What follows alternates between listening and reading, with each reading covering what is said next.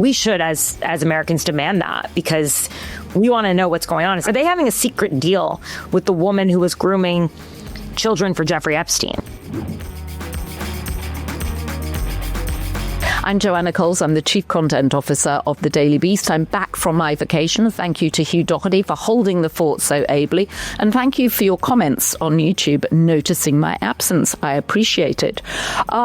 I come back to find a White House roiling in panic with the Jeffrey Epstein story that simply will not go away. The MAGA base is riled up, and who better to talk to today than Tara Palmeri, an expert on Ghislaine Maxwell, because in an extraordinary development, Todd Blanche, the Deputy Attorney General, has said he's going down to interview Ghislaine Maxwell, Jeffrey Epstein's literal partner in crime, at her Florida jail. Now, Ghislaine, you may remember, was found guilty of sex trafficking in June of 2020 and sentenced to 20 years in jail. So the question is, what does Ghislaine have that the victims haven't already given up? Why is Todd Blanche going to see her? And what does Tara, who's been talking a lot to the women involved in this story, what does Tara actually think is going on here? So we are here with Tara Palmeri, who knows more about Ghislaine Maxwell than I'm sure she ever wanted to. Tara, let's start at the beginning. As we speak, Ghislaine is in a Florida jail.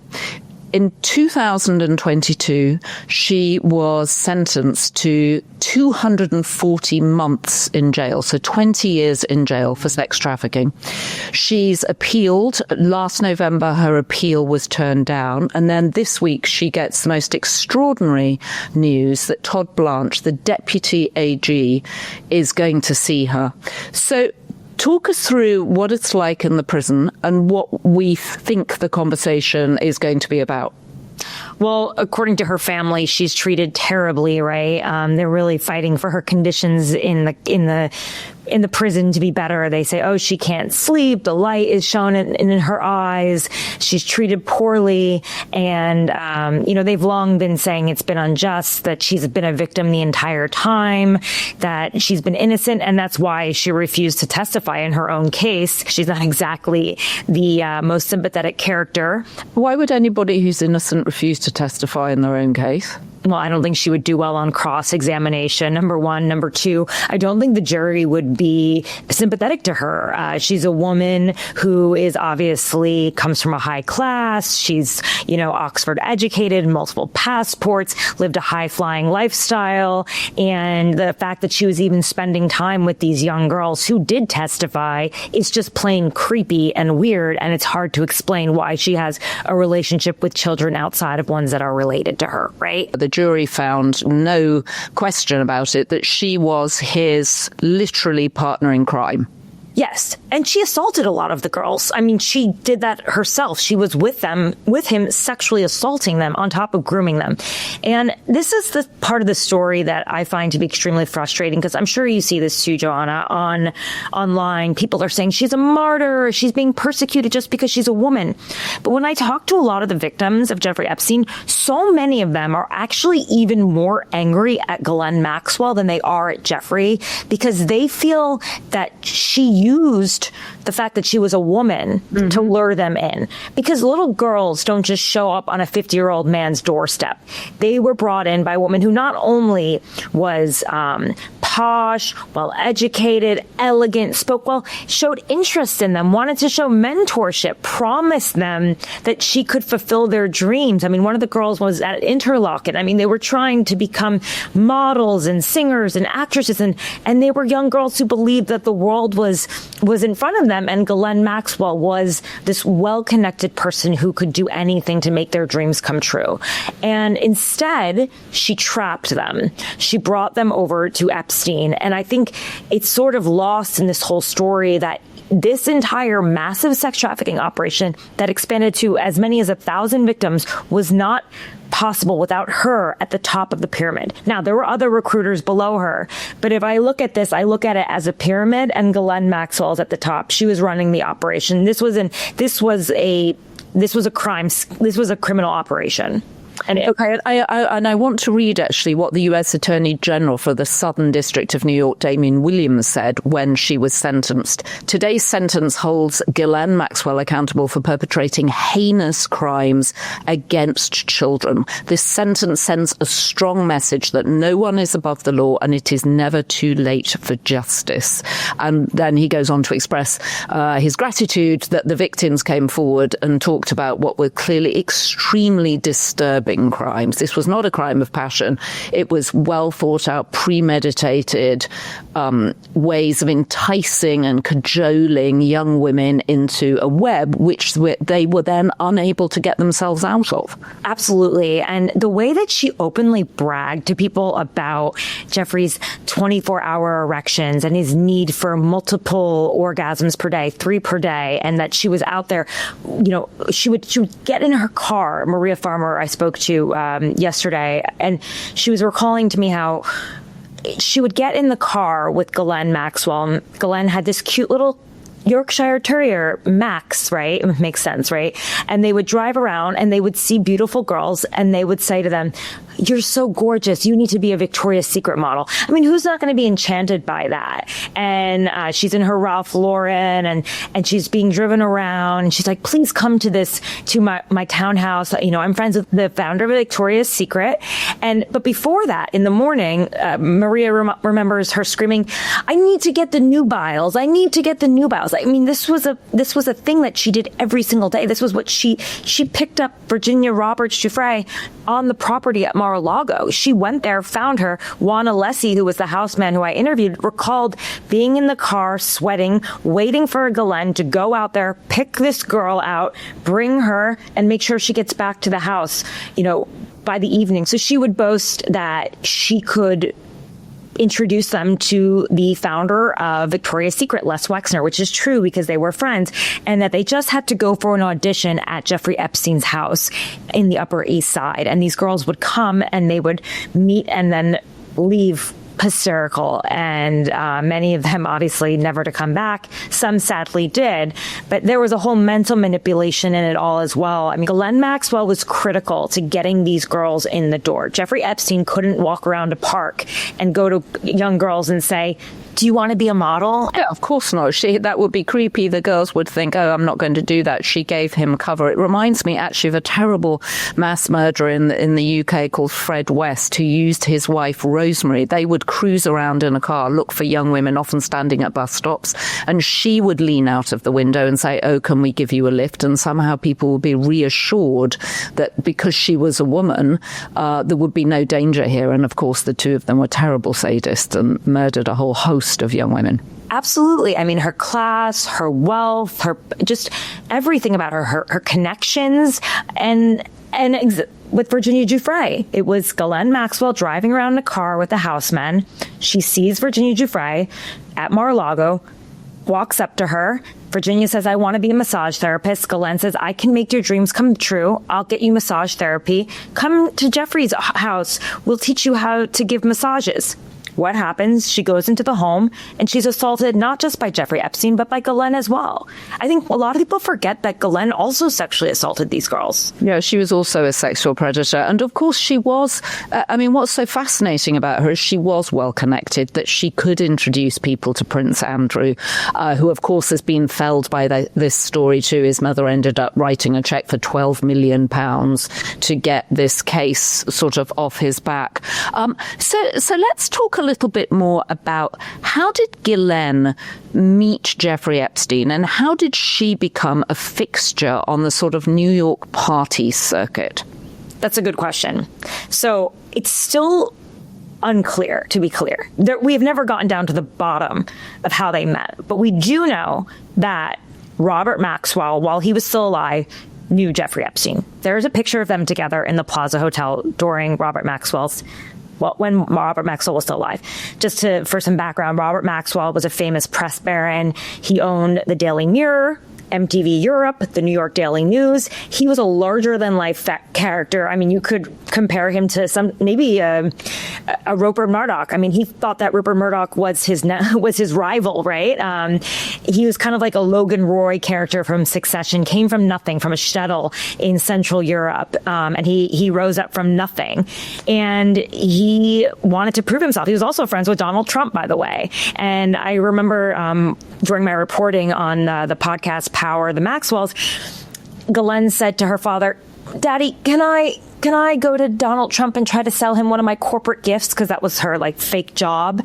And he said, "Why the F would Donald Trump want one of your corporate gifts?" But it was very clear that they all spent time together. When Robert Maxwell would come to New York, because he owned the New York Daily News, he would spend time on his yacht on the Hudson, and Donald Trump would go there.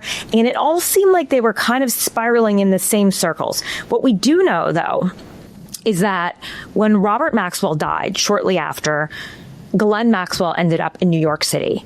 And that was where she started her life after living in London as a socialite. And we know that she did not live in poverty, even though her father had robbed the pensioners at the Daily Mirror. I mean, that's part of the... Right. It's important to remind people who aren't as on top of the story as perhaps you are, that her father turned out to be an extraordinary con man. Extraordinary con man. I mean, and hiding in plain sight, a bit like Jeffrey Epstein, surrounded by very influential, important people who didn't understand, or at least didn't appear to understand, that he was robbing the pension fund of the newspaper group, the Mirror Group, and stole £500 million. And this was 25 years ago. So an extraordinary amount of money. And the way he died is very similar. Died in question, like Jeffrey Epstein. People wondered, was he killed or did he kill himself? Did he kill himself because the jig was up and everyone knew that the pensions were being stolen? Or did he die off the side of his yacht, Lady Ghislaine, that she named after his favorite daughter, by the way? He loved Ghislaine. We can go into that too, but there were a lot of questions. Ghislaine did not want to believe that her father committed suicide. In fact, she said that he was killed because of the way his body was found and that there wasn't water found in the lungs. She did not believe that her father committed suicide. And for the same reasons that, they thought that he believed he was above the law. He wasn't the type of person who would commit suicide.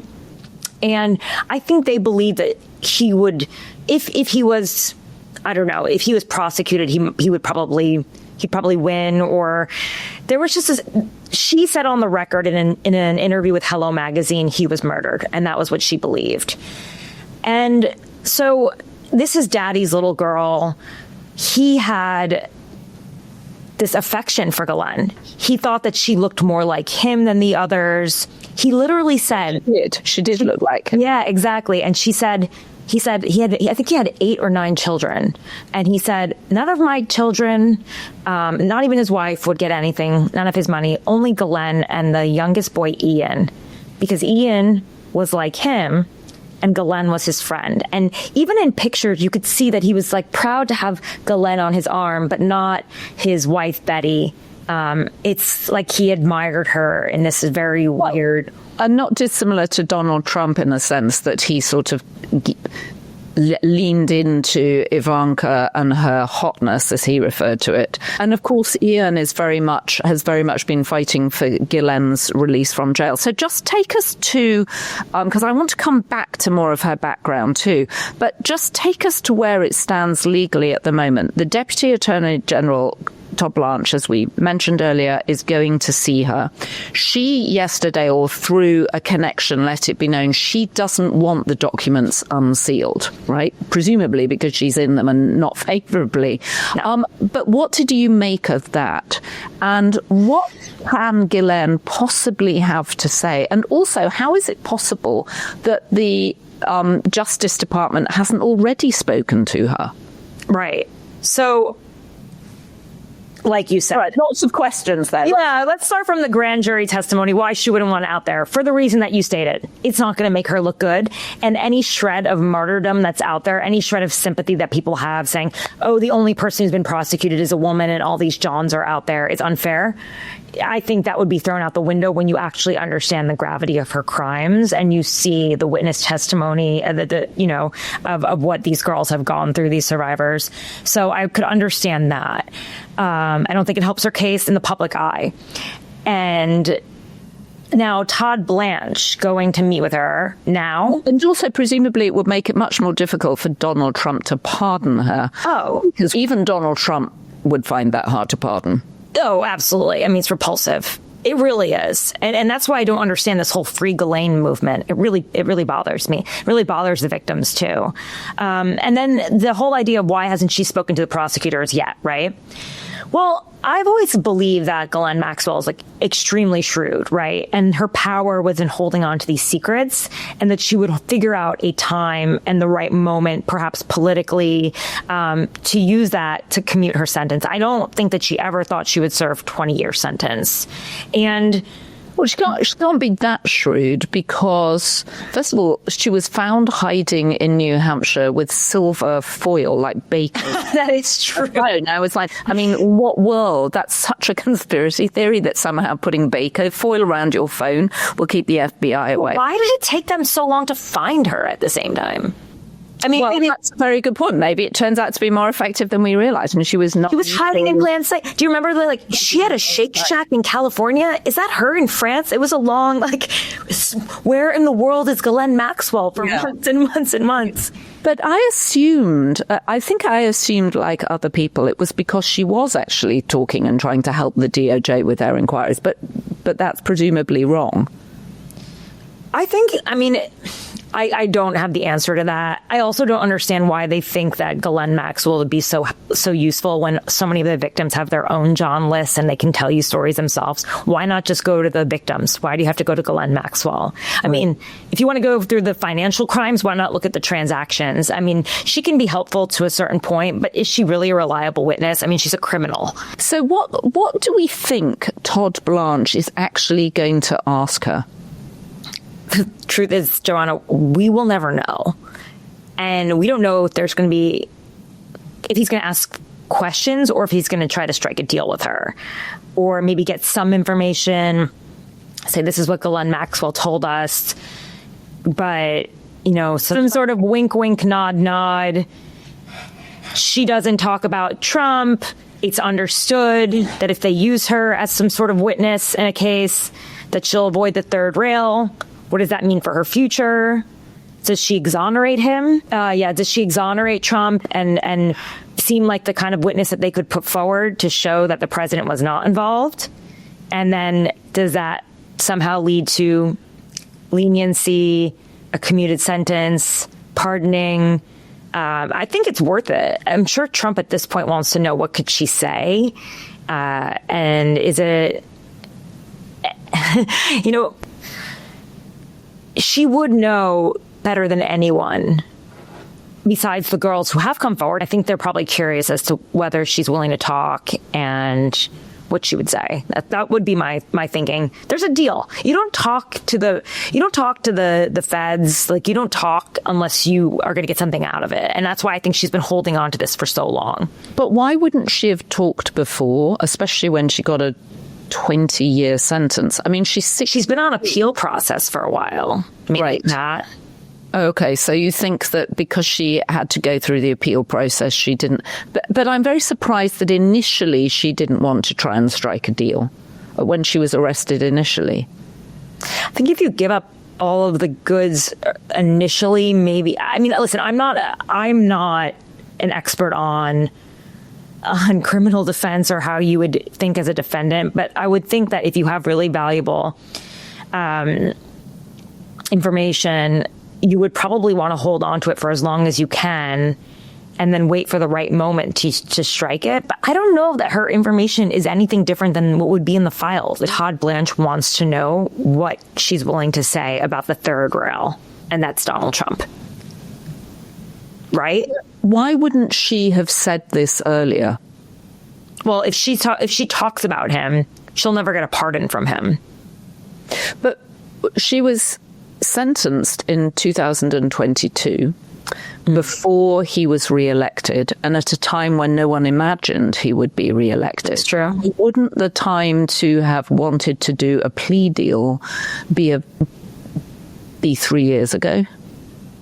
I don't understand why she would be sitting on this information. The woman is 63. She was sentenced to 20 years in jail. She'll be there until she's 80. Why on earth wouldn't she have come forward if she has any valuable information earlier? Do you think that she really thinks she's going to spend 20 years in prison? I don't think she does. Well, I would have thought that any day in jail for someone like Ghislaine Maxwell, who grew up with extraordinary wealth and privilege, and we know, at one point lived with Jeffrey Epstein in the largest private house in Manhattan. I would imagine that every day in jail for Ghislaine Maxwell is a day too many, and that you would bargain everything you have and every scrap of knowledge you have about anybody to get the hell out. I would agree with you, but then again, look at what just presented itself to her. You've got a president who wants the story to go away, does not want his own name to be laundered through it, and here she is presenting an opportunity to speak, but if she says the right things, to possibly get a deal, leniency, clemency, a pardon. It's almost as if she could have seen this, as if she predicted that there would be an opportunity at some point for her to use her cards. I think her power was always in the secrets and keeping those secrets, and she knew that.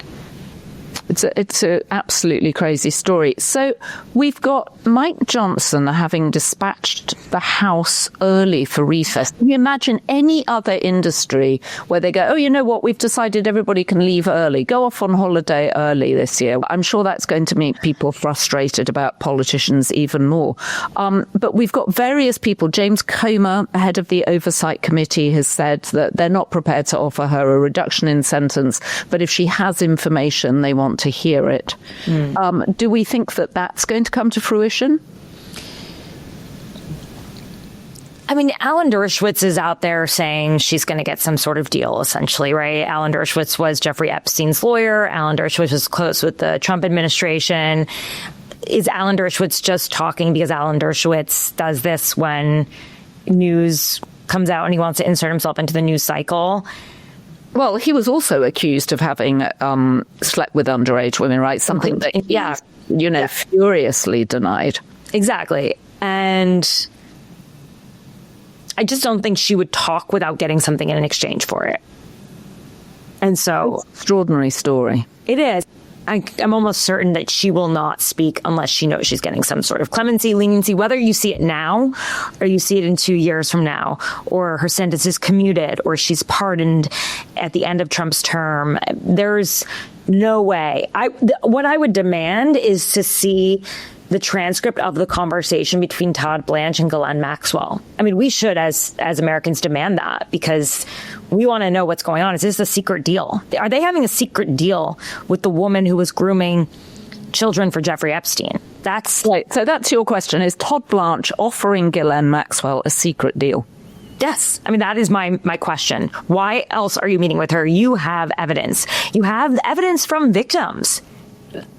Right. What more do you need? Much evidence. Right. What more do you need? What does the MAGA base think about Ghislaine? It's really mixed, actually. Some of them feel bad for her. I don't understand this. And it's led by people like Jessica Reed Krause. They had these shirts say "Free Ghislaine." There are others that say this is misogyny and sexism. And I agree that in this world we have a ton of misogyny and sexism, but not in this case of Ghislaine Maxwell. She did deserve to be imprisoned, and there are Johns that deserve to be imprisoned as well, and they deserve cases against them. But to think that she's somehow a martyr in this, there are no martyrs in the Jeffrey Epstein story. The only martyrs are the victims. So, is it possible that Donald Trump is concerned about other people coming out here, other names coming out? Is he protecting other people? I mean, I've seen a list of names that Virginia Giuffre has been trafficked to. She showed me that list. Maybe they were in some way connected to Donald Trump, nothing was like that clear to me. A lot of those names are not household names that people would know, but they're high net worth, powerful people. A lot of them are dead.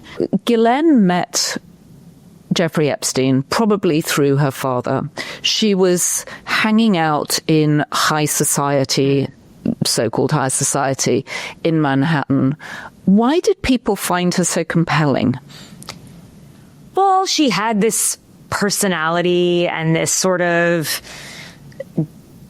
she was beguiling, you could say. She was a little quirky. She was really connected. In fact, someone described her as almost being like a ballerina, the way she worked a room, and she would, flirt with men, and she would, she just had this kind of confidence about her that she was larger than life. She was a bit like Robert Maxwell, her father. And she was just seen as a highly connected woman coming from an upper class. She was friends with princes. I mean, she was friends. Her father owned newspapers. She was a posh it girl. People wanted to be around her. Oh, and she flew around on private jets, and she could actually fly helicopters and jump out of them. And she went on to private islands, and she could give people money and for philanthropy. And there was just so many reasons why Ghislaine Maxwell was considered, and a person that people wanted to rub shoulders with. So she was at the center of things. She had access to the largest so-called private house in Manhattan where she would throw parties, where Jeffrey Epstein had interesting guests, where she could bring Prince Andrew, and people were impressed to be adjacent to British royalty. And yet the whole time she was essentially raping children. Yeah.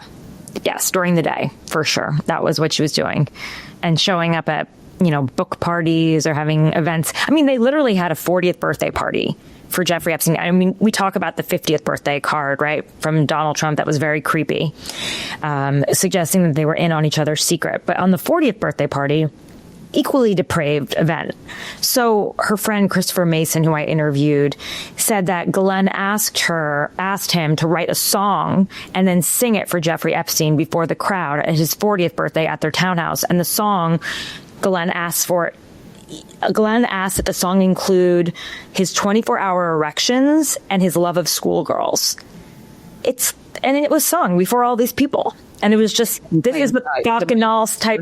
Crimes hiding in plain sight. Right. And this was the Bacchanal style that she wanted. She wanted everyone to think it's a laugh, and these girls are party favors, and we're all in on it. It's just fun. Don't worry. And that's how she let people, she actually groomed the elites in some ways, because she got them to groom the guests. Yeah.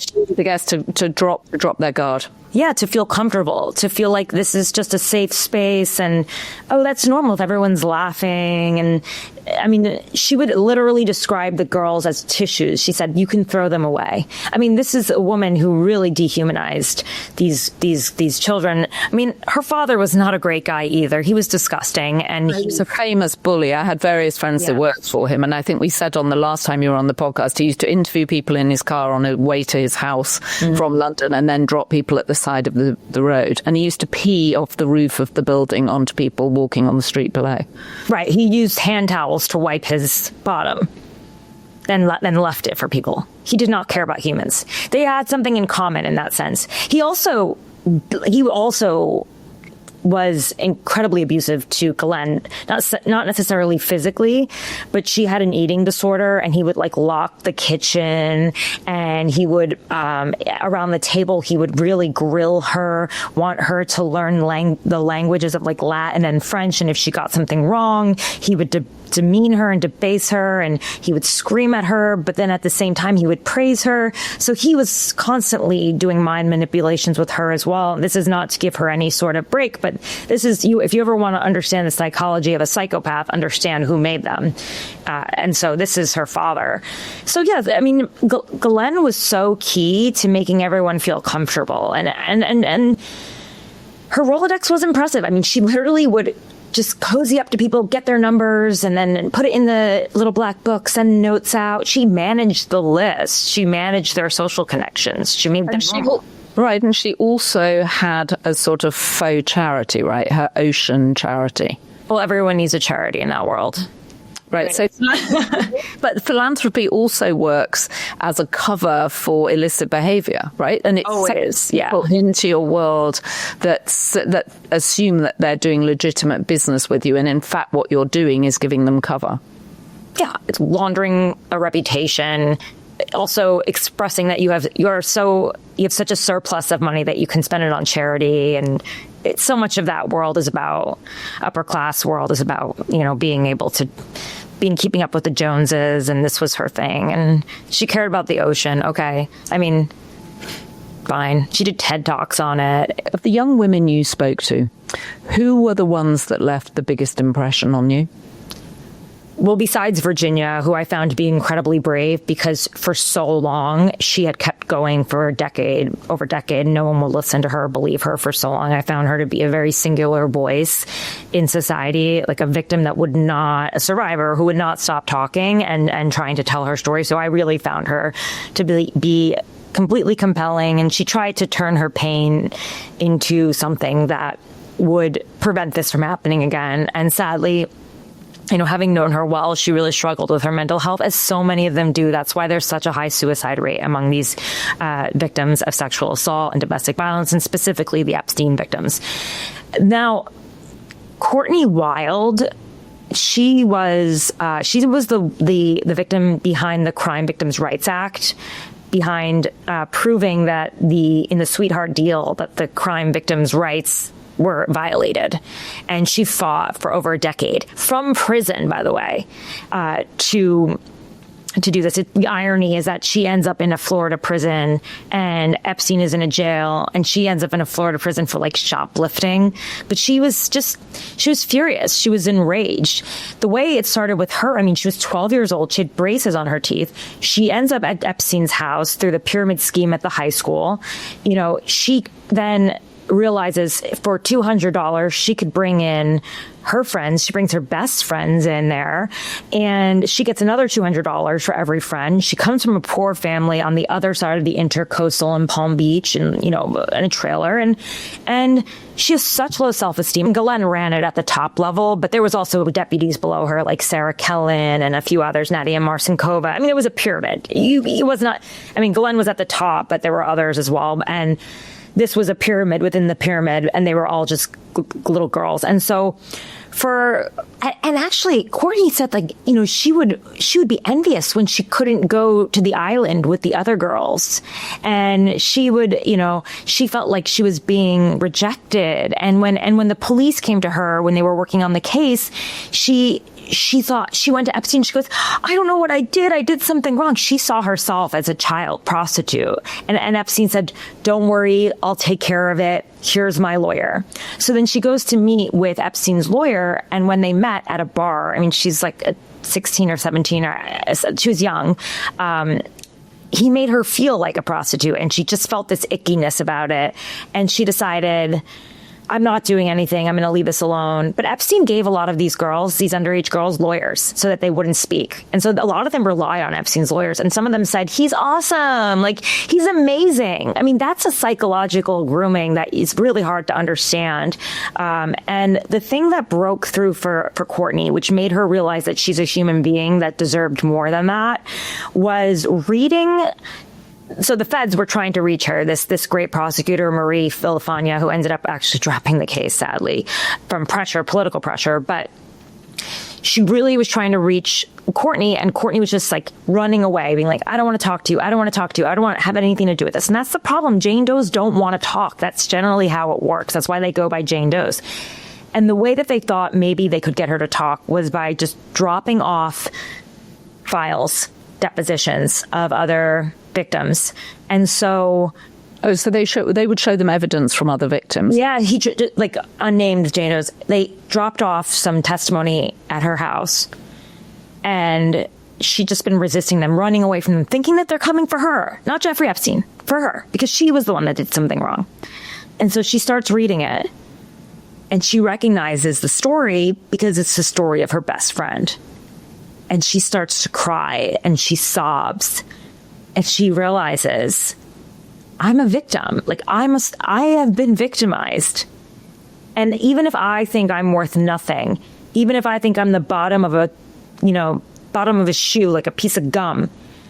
These girls, these other victims, they deserve someone fighting for them. And so many, this is what I've always found when I work with these victims and I interview them, is so few of them actually believe it's ever been about them. It's really about other people because their self-esteem is so destroyed by what they've been through. And so the only thing that keeps them that really drives them often isn't about fighting for themselves. It's about fighting for the others. And that's why they call themselves like survivor sisters. And they feel like, because they become so depleted, they become dehumanized, that it's hard for them to even realize that like they deserve to be protected by the justice system. It's hard for them to believe that they deserve justice. But then they're like, you know what? I may not deserve it because I'm the scum of the earth, because Jeffrey Epstein used my body and I'm this and that. But these other girls didn't deserve it. And so that's why I'm going to fight. It's very rare that I hear girls saying, this is for me. This is for me.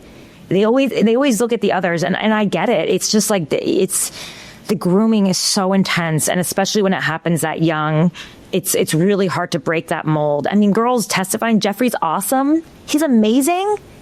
It's like they thought he was a benefactor. So, as we've said, Todd Blanche, the Deputy AG, is going to talk to Ghislaine Maxwell. Mm-hmm. There's now a real there's a real interest from both parties in keeping this story under the spotlight. What do the women who were trafficked by Ghislaine and Jeffrey Epstein think about this now? What do they think? Have you talked to any of them about Ghislaine now being center of attention again? They feel re-victimized by it. I mean, I spoke to Maria Farmer, who was assaulted by her. She said that she feels re-victimized by the government again. Dan Bongino, Pam Bondi's number 2, has said repeatedly that he doesn't want to do that. Do you think that's true? I don't think putting out the grand jury files would re-victimize them. Some maybe, and I'm sure some have privacy concerns. What I think would re-victimize them is a leniency deal for Ghislaine Maxwell. Clemency, a pardon. The idea that her word matters more than them, that would re-victimize them. Some of them are really happy to see the story out there and to see it plaguing the powers that be. I know that. I mean, the victims, we text all day long. The survivors, we're constantly texting. And, they're happy to see that you and I are talking right now. And they're happy to see that their story stays, that their story continues, and that we're focusing on them. But if the government takes a wrong turn on this and suddenly turns Ghislaine into a martyr, gives her a deal, I just think they're going to be furious. I mean, they were already furious. They haven't gotten any justice in this case. Okay, well, it's a very interesting story. It's clearly caused enormous panic in the White House. You can see no one understanding how to push the narrative along, which is something that traditionally they've been very skilled at. Tara, we know that you'll be following this story. You're talking to the women at the heart of it. Please keep us informed, and please come back and tell us more as the story develops. And who knows what happens to Ghislaine Maxwell, but she couldn't have anticipated this. I think she's probably feeling like she's very lucky right now, and that's an unfortunate thing.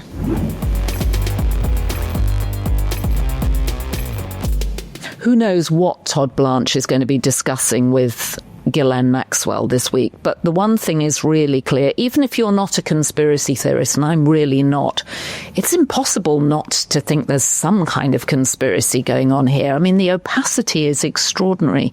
And what's clear is that Jeffrey Epstein continues to haunt the president from beyond the grave.